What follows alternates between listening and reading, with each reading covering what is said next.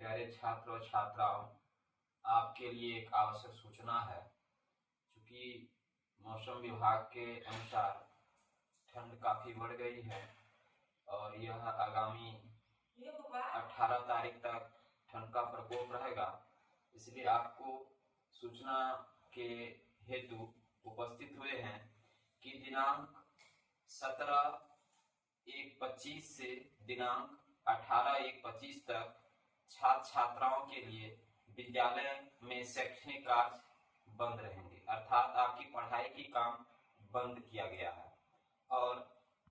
अर्थात 18 के बाद रविवार पड़ रहा है, यानी कि आपको सोमवार से विद्यालय में पूर्ववर्त समय के अनुसार उपस्थित होना है, यानी कि 20 तारीख से आप सबों के लिए पढ़ाई की जो शैक्षणिक गतिविधि है वह